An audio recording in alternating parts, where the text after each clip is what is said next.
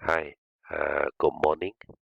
Uh, Today we'll go through the solution for the two exercises that were given for principal moments.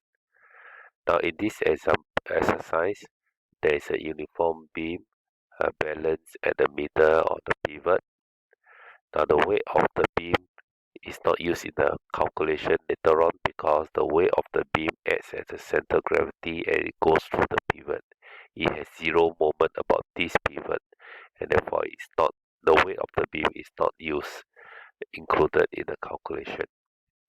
Now, what is the size of the force F here, such that these three forces will balance the beam? Let's look at the working. Now, first we have to write the statement that the total clockwise moment is equal to the total anti-clockwise moments about the pivot since the beam is balanced.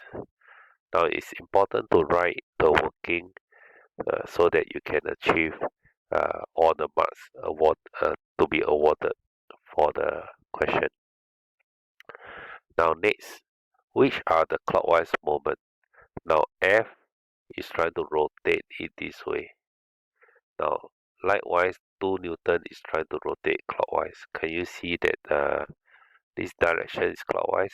You can see that F is trying to rotate it clockwise and 2 Newton is trying to rotate it also clockwise. So we group them together. Force times distance from the force to the pivot.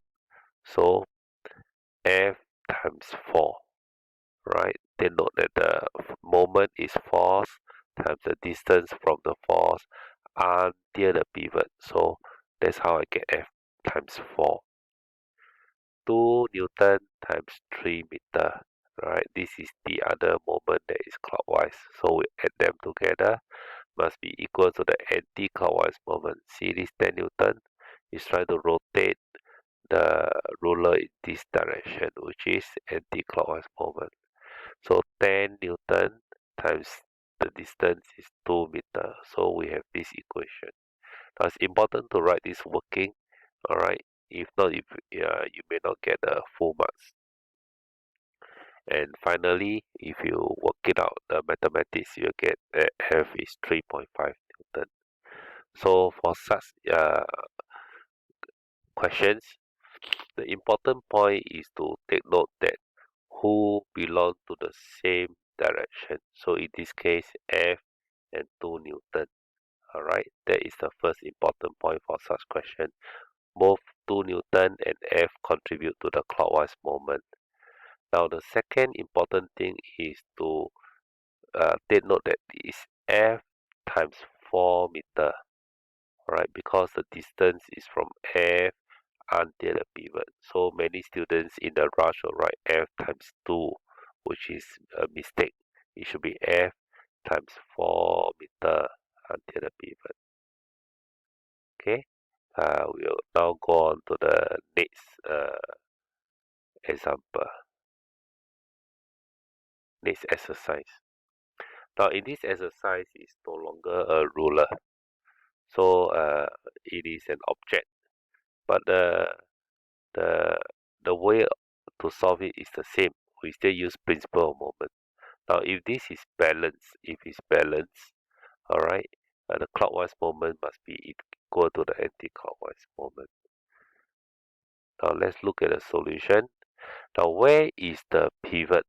Now, this is the point, the pivot, the tire touching the ground, right?